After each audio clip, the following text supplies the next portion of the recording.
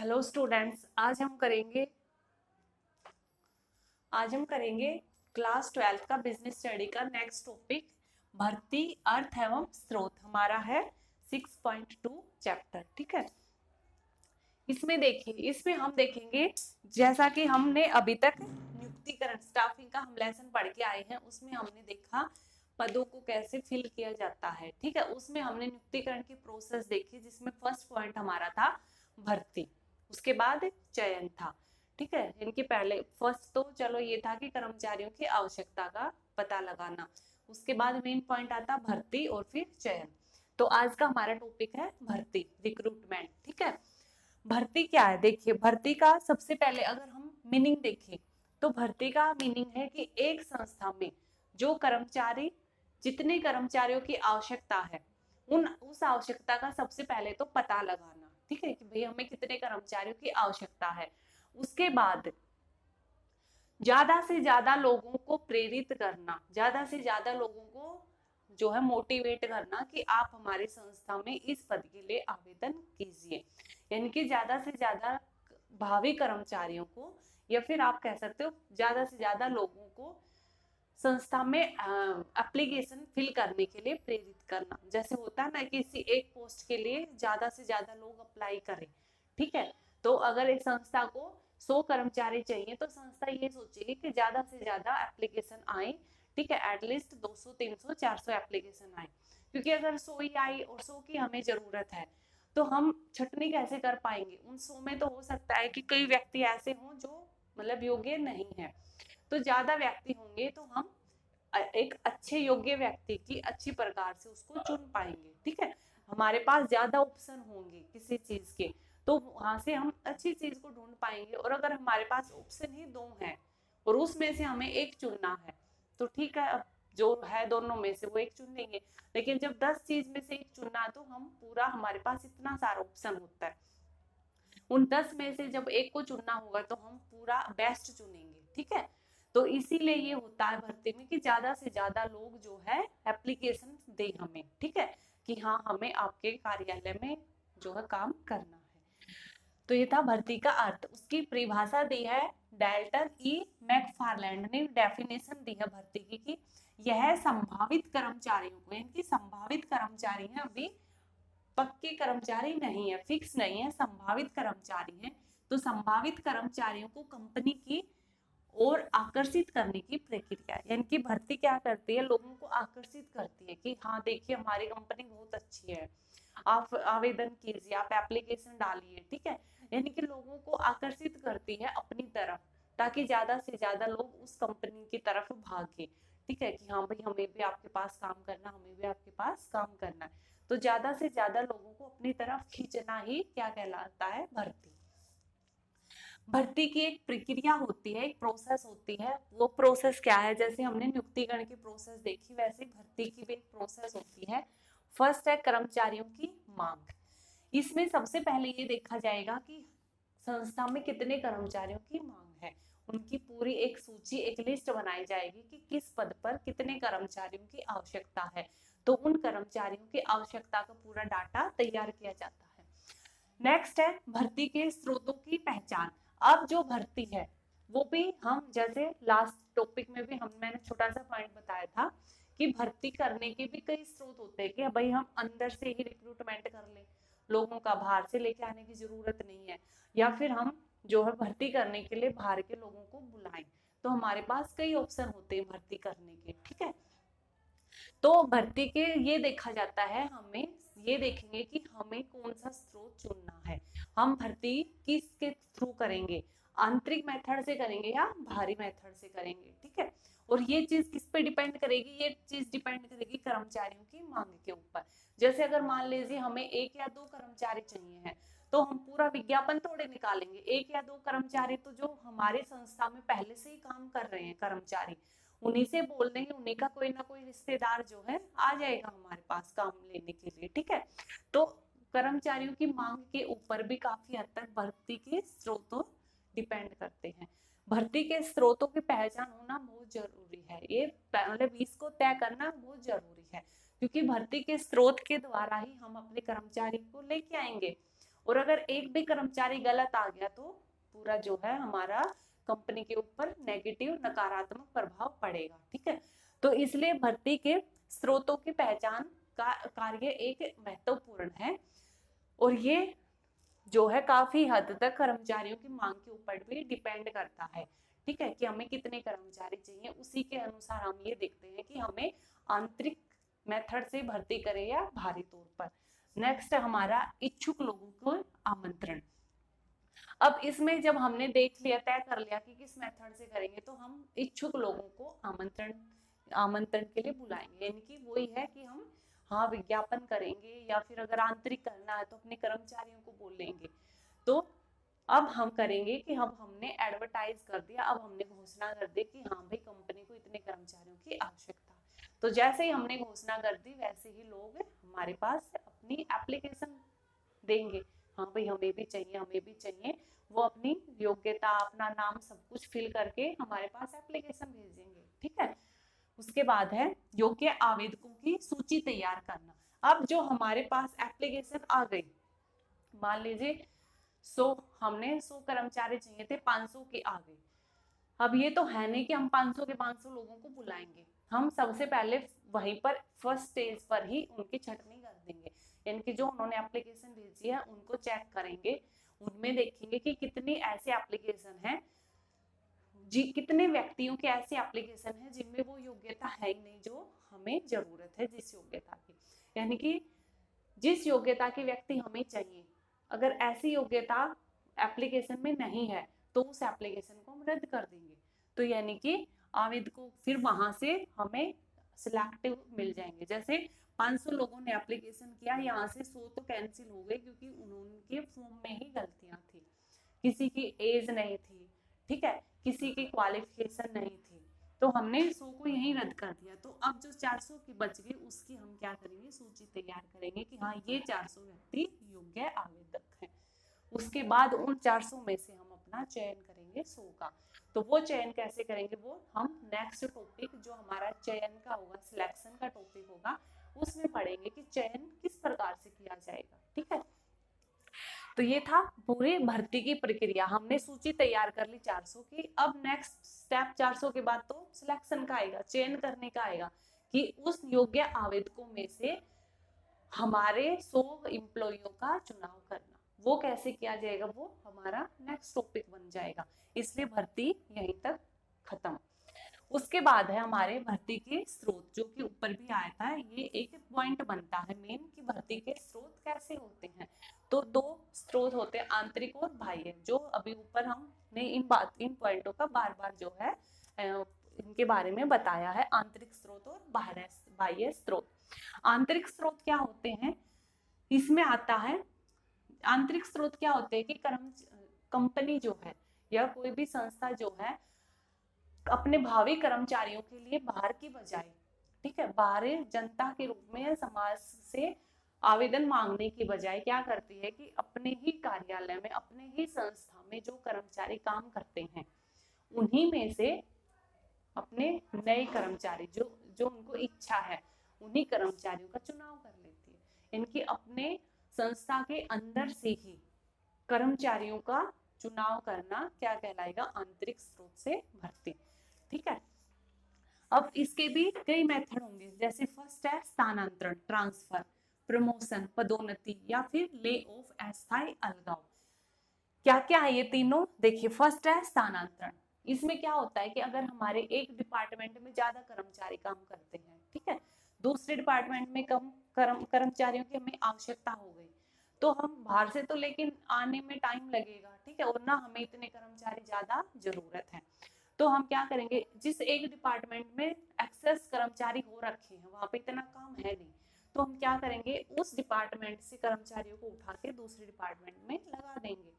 तो हो गया ना दूसरी डिपार्टमेंट की भर्ती कंप्लीट। ठीक है, तो ये होता है ट्रांसफर, कि एक जगह से उठाकर दूसरी जगह पर कर्मचारियों को लगा देना। ये जरूरी नहीं है कि एक विभाग का ही हो सकता है एक व्यवसाय बड़ा है, ठीक है, उसकी एक ब्रांच दिल्ली में है दूसरी मुंबई में है, तो दिल्ली में कोई अच्छा व्यक्ति है, ठीक है, कोई मैनेजमेंट अच्छी मैनेजमेंट का व्यक्ति है, तो उसको भी यहाँ पे हमें उसकी जरूरत है, या फिर यहाँ पे कमी है और यहाँ पे एक्सेस मैनेजर है हमारे पास, तो इसको यहाँ से ट्रांसफर करके हम यहाँ भेज देंगे। ठीक है, तो ये होता है स्थानांतरण के द्वारा भर्ती करना। नेक्स्ट है पदोन्नति। इसमें क्या होता है, जैसे हमारे नीचे के कर्मचारी होते हैं और हमारा ऊपर का जो है कोई पद खाली हो गया, तो हमें इसको फिल करने के लिए हम बाहर से लोगों को लाने की बजाय हम नीचे वाले का ही प्रमोशन ऊपर कर देंगे। ठीक है, इससे क्या होता है कि इससे कई बेनिफिट होते हैं। एक तो जो काम करने वाले कर्मचारी उन सबका मनोबल बढ़ता है, वो सब लोगों में ये आता है कि हाँ अगर हम अच्छा काम करेंगे तो हम अपने पद से ऊपर की तरफ भी प्रमोट हो सकते हैं। ठीक है, और दूसरा, कंपनी को जो है अपने संस्था में अच्छे कर्मचारी मिल जाते जो उसको पहले से ही जानते होते हैं। अब एक अच्छे और ऊंचे पद पर नया बाहर का बंदा हम लगाएंगे, ठीक है, ला के लगाएंगे तो उसके ऊपर इतना जल्दी विश्वास हम नहीं कर पाएंगे। ठीक है, क्योंकि वो कंपनी को जानता नहीं, कंपनी उसे नहीं जानती। लेकिन जबकि एक जो व्यक्ति उसके अंडर में पिछले 5 7 10 सालों से काम कर रहा है, तो अगर हम उसको एक और बड़ी जिम्मेदारी सौंप देंगे तो भी वो उसको आराम से निभा पाएगा। नेक्स्ट है अस्थायी अलगाव। अस्थायी अलगाव में क्या होता है कि कई बार ना कंपनी के पास ज्यादा कर्मचारी हो जाते हैं, ठीक है, और मंदी के दौर में, या फिर हो सकता है कि उसने कोई अपना एक प्रोडक्शन बंद कर दिया हो। ठीक है, पहले वो 4 तरह के प्रोडक्ट बनाती थी, अब उसने 3 प्रोडक्ट बनाए हैं, तो जो एक प्रोडक्ट बंद कर दिया तो वहां के कर्मचारी भी अब ज्यादा हो गए, उनको भी हटाएगी कंपनी। तो क्या होता है कि जब कंपनी अपने कर्मचारियों को हटा देती है, ठीक है, हटा देती है, लेकिन टाइम पड़ने पर कंपनी क्या करती है, इन कर्मचारियों को वापस बुला लेती है। ठीक है, तो इसे कहते हैं अस्थायी अलगाव, यानी कि कंपनी को बाहर के लोगों को के लिए फिर से आवेदन कराने की जरूरत नहीं पड़ी, उनको फिर से एप्लीकेशन के लिए इनवाइट नहीं करना पड़ा। कंपनी क्या करती है कि जो कर्मचारी उसने हटा दिए थे, जिनकी छटनी कर दी थी, उनके पास उनका पूरा रिकॉर्ड होता कंपनी के पास, तो कंपनी क्या करती है कि उन्हीं कर्मचारियों को फोन करके दोबारा से बुला लेती है। तो इसको कहते हैं अस्थायी अलगाव, यानी कि कुछ समय के लिए कर्मचारियों को हटा दिया जाता है और जरूरत पड़ने पर उनको दोबारा भी बुला लिया जाता है। नेक्स्ट हमारा ये आंतरिक हम भर्ती पढ़ के आए। अब हमारा आंतरिक भर्ती के लाभ, कि आंतरिक भर्ती के क्या क्या लाभ होते हैं। ठीक है, इसके क्या लाभ हैं। फर्स्ट हमारा अभिप्रेरणा में वृद्धि, कि कर्मचारी से क्या होते हैं, मोटिवेट होते हैं। ठीक है, इससे मोटिवेट होते हैं क्योंकि उन्हें लगता है कि आंतरिक स्रोतों में एक पॉइंट प्रमोशन जो था उससे लोग क्या होते हैं, कर्मचारी मोटिवेट होते हैं कि अगर हम अच्छा काम करेंगे तो हमारा प्रमोशन हो जाएगा, प्रमोशन होगा तो पता है भाई सैलरी भी बढ़ेगी, उसका रुतबा भी बढ़ेगा, इसलिए संस्था में काम करने वाले व्यक्ति अभिप्रेरित होते हैं। नेक्स्ट है औद्योगिक शांति। इसमें व्यवसाय के अंदर शांति बनी रहती है, किसी तरह का कुछ ये नहीं है कि बाहर से कोई नया बंदा आया उसको एडजस्ट करने में दिक्कतें आ रही हैं, कुछ इश्यू क्रिएट हो रहे हैं। ठीक है, यहाँ पे ऐसा कुछ नहीं है। एक कर्मचारी जो उस व्यवसाय में कई सालों से काम कर रहा था, अब भी उसको उसी कार्यालय में काम करना है, बस उसको थोड़ा सा या तो ट्रांसफर कर दिया दूसरी जगह पर या उसका प्रमोशन कर दिया है, तो इन चीजों का उसके ऊपर कोई असर नहीं पड़ेगा, तो काम शांतिपूर्वक चलता है। सरल चयन, इजी सिलेक्शन होता है, यहाँ पर सिलेक्शन जो है इजी वे में और जल्दी से हो जाता है, कोई लंबी प्रोसेस हमें नहीं अपनानी पड़ती। ठीक है, जैसे ट्रांसफर यहाँ से यहाँ कर दिया, ठीक है, या फिर इसमें प्रमोशन में नीचे के पद से ऊपर के पद के ऊपर हमने भेज दिया, तो जो है चयन की प्रक्रिया पूरी लंबी चौड़ी नहीं होती, हमें फिर से उनका जो है इंटरव्यू नहीं लेना पड़ता, उनका मेडिकल नहीं कराना पड़ता, उनको ट्रेनिंग नहीं देनी पड़ती काम सिखाने के लिए, तो एक इजी प्रोसेस होती है। नेक्स्ट है नो नीड ऑफ इंडक्शन। ठीक है, इंडक्शन मतलब जब हम किसी कर्मचारी को कार्य पर लगाते हैं तो उसको कार्य के बारे में बताना पड़ता है। ठीक है, उस जगह के बारे में उसको इंट्रोड्यूस करना पड़ता है, उस वातावरण से उसको जो है परिचित कराया जाता है। तो यहाँ पे ये चीज नहीं है, यहाँ पे उसको परिचय कराने की कोई जरूरत नहीं है, क्योंकि उस संस्था में वो पिछले कई सालों से काम कर रहा है, तो उसको इंट्रोडक्शन कराने की, उसको उस वातावरण के बारे में बताने की यहाँ कोई आवश्यकता नहीं होती। तो जब ये आवश्यकता नहीं होती है तो ना इतना टाइम खराब होएगा और ना वो पैसा खराब होता है जो उसको बातों को या उस वातावरण को समझाने में खर्च करना पड़ता है। नेक्स्ट है हमारा एडजस्टमेंट ऑफ सरप्लस इम्प्लॉयज। इसमें क्या होता है कि अगर इम्प्लॉय एक जगह पर सरप्लस हो जाते हैं, ज्यादा हो जाते हैं, तो हम उन्हें दूसरी जगह इजीली एडजस्ट कर सकते हैं। जैसे मैंने अभी यहाँ पे भी समझाया था, ठीक है, स्थानांतरण में, कि अगर एक विभाग में ज्यादा कर्मचारी हो जाते हैं और दूसरे विभाग में हमें कर्मचारियों की आवश्यकता है, तो हम उन ज्यादा वालों को उठा के दूसरे डिपार्टमेंट में भेज देते हैं, तो वहां पे वो एडजस्ट हो जाती है चीजें। नेक्स्ट है हमारा इकोनॉमिक सोर्स, यानी कि ये जो है एक कम खर्चीला, एडजस्टमेंट ऑफ सरप्लस, हाँ, इकोनॉमिक सोर्स यानी कि ये हमारा एक कम खर्च वाला स्रोत है। यहाँ पर भर्ती करने के लिए हमें ज्यादा पैसा खर्च करना नहीं पड़ता, ये एक सस्ती प्रणाली है। तो ये थी हमारी आंतरिक भर्ती के लाभ। अब है हमारे आंतरिक भर्ती की सीमाएं। देखिए, जिसके लाभ होते हैं जिस पॉइंट के, उसमें कुछ कमियां भी होती हैं, ये तो हम सब जानते हैं। किसी पॉइंट के, किसी वस्तु के लाभ है तो उसकी कुछ ना कुछ हानियां भी हैं। तो इसकी क्या हानि होगी? फर्स्ट है नव युवक कर्मचारियों के प्रवेश पर रोक। इसमें क्या होता है कि जो नए कर्मचारी होते हैं, जो नए व्यक्ति होते हैं, ठीक है, जो युवा होते हैं, उनको प्रवेश नहीं मिल पाता इस जो है संस्था में। क्योंकि देखिए, हमारी कोई कंपनी है और हम जो है एम्प्लॉय लगाने के लिए वही प्रमोशन कर रहे हैं, ट्रांसफर कर रहे हैं, तो वही अपने ही अंदर के कर्मचारी इधर से उधर घूम रहे हैं। जरूरी थोड़ी ना है अगर हम बाहर से एम्प्लॉय लेके आएंगे तो जो है नए व्यक्ति आएंगे, ठीक है, ऊर्जा से परिपूर्ण व्यक्ति आएंगे, एक नई जो है नए दिमाग लेके आएंगे, ठीक है, अपने कुछ नए आइडिया लेके आएंगे।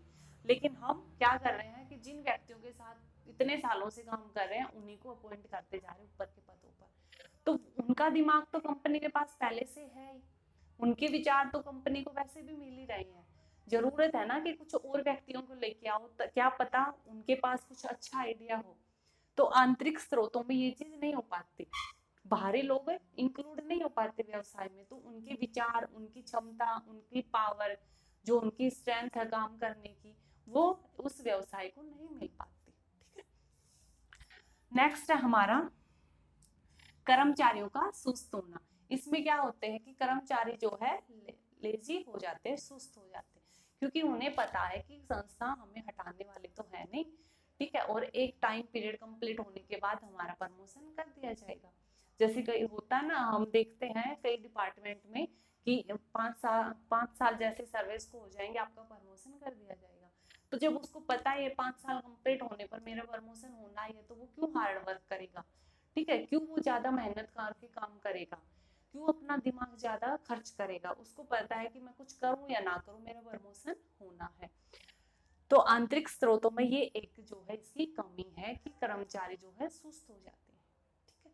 लेकिन जबकि यही चीज अगर बाहरी स्रोतों से लेकर आने में हो कि भाई हम बाहर से एम्प्लॉय को लेके आएंगे, तो जो कार्यालय में काम करते हैं वो और ज्यादा अच्छे से करेंगे और अपने आप को प्रूफ करके दिखाएंगे कि इस पद के लिए मैं भी उतना ही जो है लायक हूँ जितना आप बाहर से एक व्यक्ति को लाकर अपॉइंट करना चाहते हो, ठीक है। तो जब एक संस्था देखेगी कि हाँ इस व्यक्ति ने पूरे डेडिकेशन से, पूरे अच्छे से, मेहनत से काम किया है, कुछ नए आइडियाज जो है कंपनी को दिए हैं, तब वो उसको प्रमोट करे ना, ये थोड़ी ना कि जैसे 5 साल होंगे आपको प्रमोट करते हुए।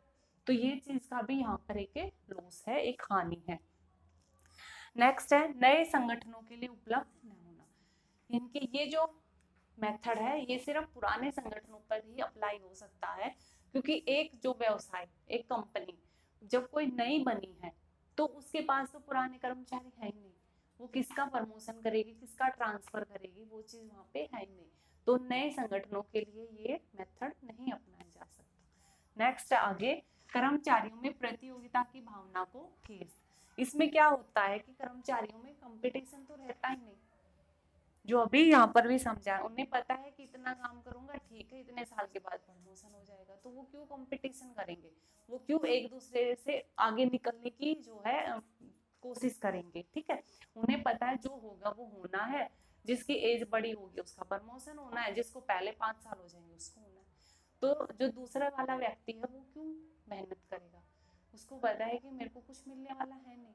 तो इसकी वजह से जो है आंतरिक प्रतियोगिता, जो एक कंपटीशन, हेल्दी कंपटीशन होना आवश्यक होता है हर जगह पर, यहाँ पे वो नहीं हो पाता।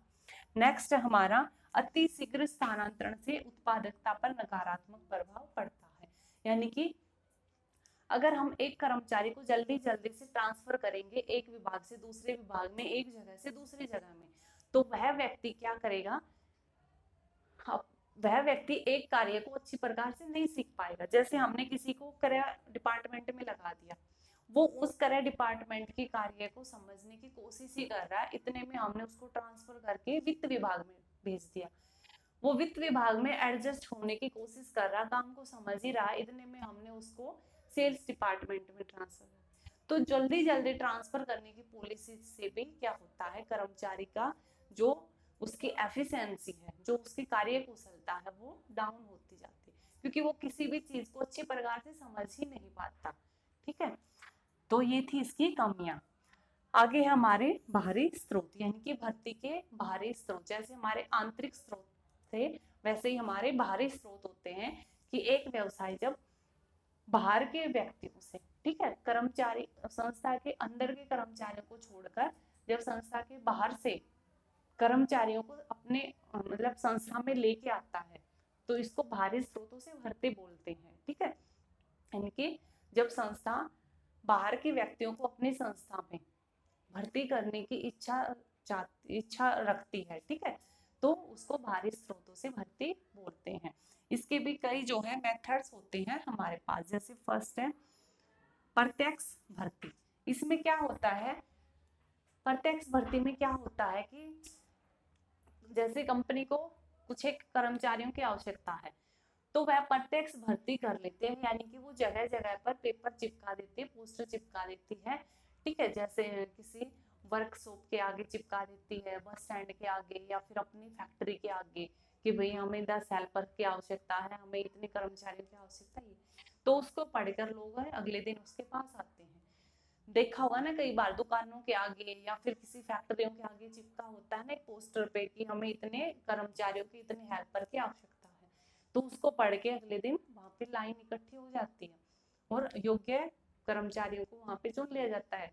ये मेनली किसके लिए होता है, जो एक लो लेवल पे काम करने वाले व्यक्तियों के लिए ये मेथड अपनाया जाता है। ठीक है, जैसे फैक्ट्री में, बिल्कुल जो फैक्ट्री में क्या बोलते हैं उसको, फील्ड लेवल पर जो काम करते हैं, ठीक है, जैसे मशीनों पे जो काम करते हैं उनके लिए, यानी कि यहाँ पे ज्यादा मेंटली जो है क्वालिफिकेशन की आवश्यकता नहीं होती।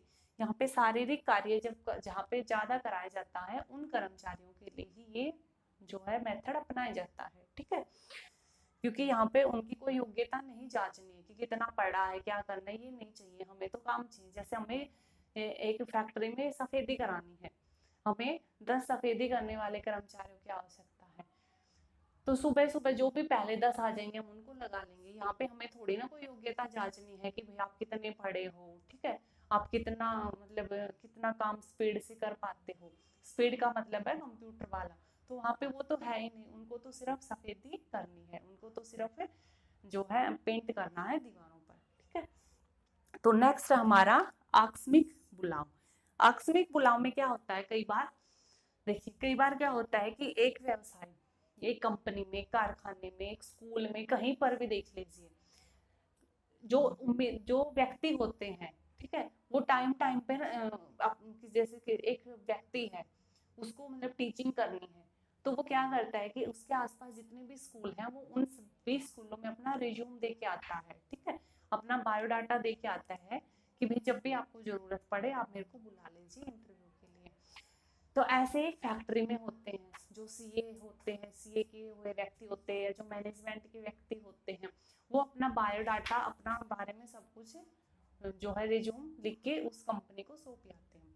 तो जब कंपनी को किसी सीए की आवश्यकता है, किसी मैनेजर की आवश्यकता है, या एक स्कूल को जब किसी टीचर की आवश्यकता है, तो वह क्या करती है, वह क्या करती है अक्षत, वह क्या करती है कि बाहर के लोगों को बुलाने की बजाय कि उनको पूरा इकट्ठा भीड़ इकट्ठी किया जाए और उनका इंटरव्यू लिया जाए, इसकी बजाय वह क्या करती है, वह कंपनी जो उसके पास रिज्यूम इकट्ठा है, जो बायोडाटा, जो एप्लीकेशन पहले से इकट्ठा है, उनको उठाती है, उनको देखती है, जो उसको सबसे अच्छा उम्मीदवार लगता है उसको फोन करके बुला लेती है। यानी कि वहां पे उसने पूरी भीड़ को नहीं बुलाया है, उसने फोन करके सिर्फ एक व्यक्ति को बुला लिया।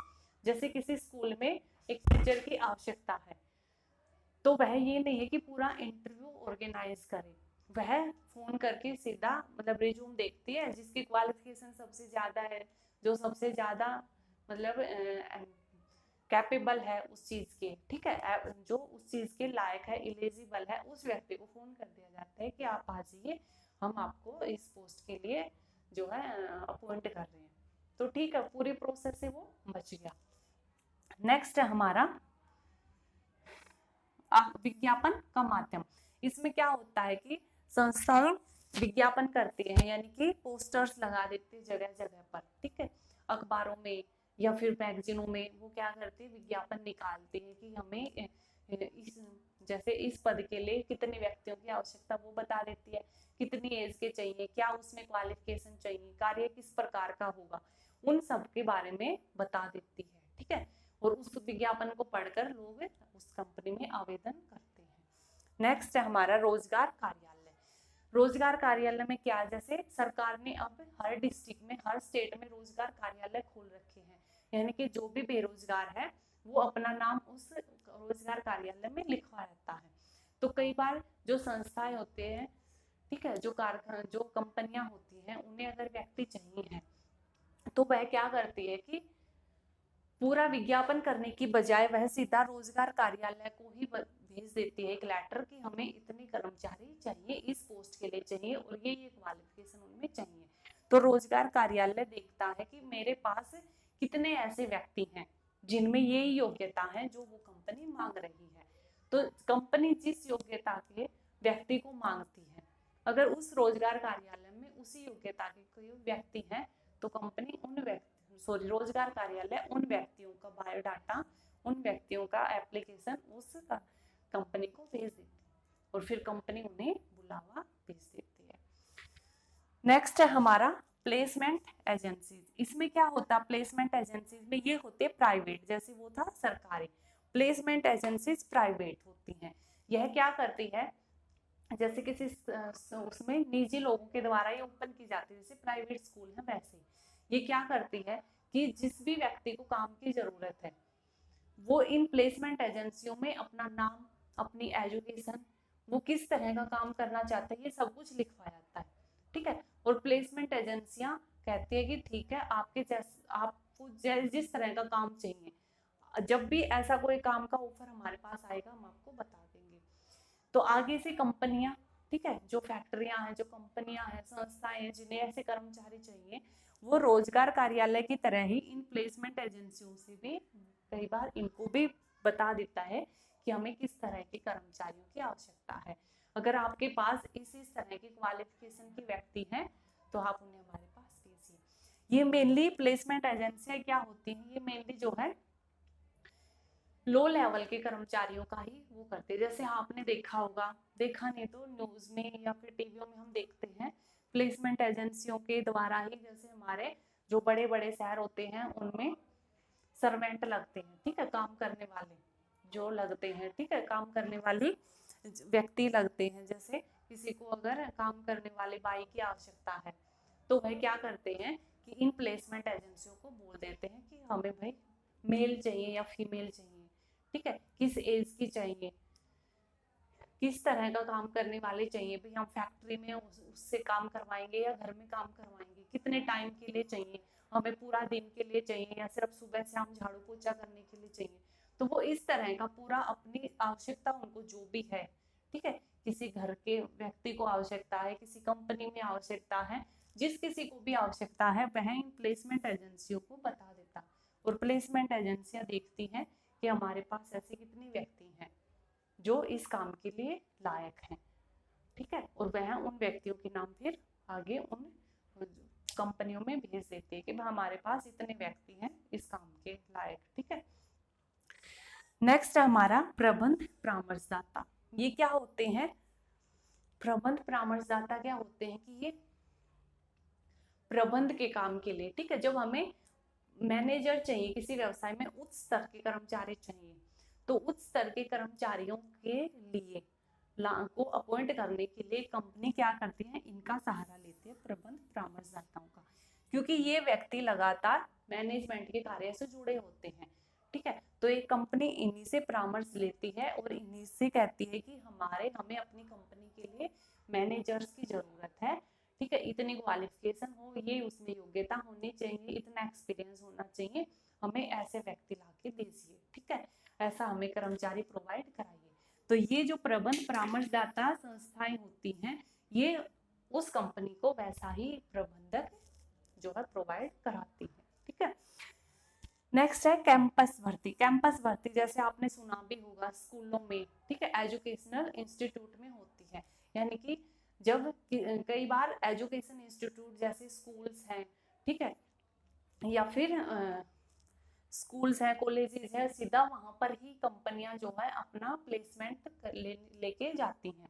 यानी कि उसमें क्या होता है, जैसे बीटेक, एमटेक, एमबीए, ये कोर्सेज जैसे ही फाइनल ईयर के बच्चों के कंप्लीट होते हैं, वैसे ही कंपनियां वहां पर जो अपना मतलब कंपनियां वहां पर जाती हैं, और जो व्यक्ति जिस कंपनी में जाने के इच्छुक है, उस कंपनी में वहां पे उनको इंटरव्यू, मतलब स्कूल में ही सब कुछ होता है, ठीक है। स्कूल में ही उनका इंटरव्यू हो जाता है, स्कूल में ही जो है वो कंपनियां देख लेते हैं कि कितने, किस योग्यता के कितने बच्चे हैं, ठीक है।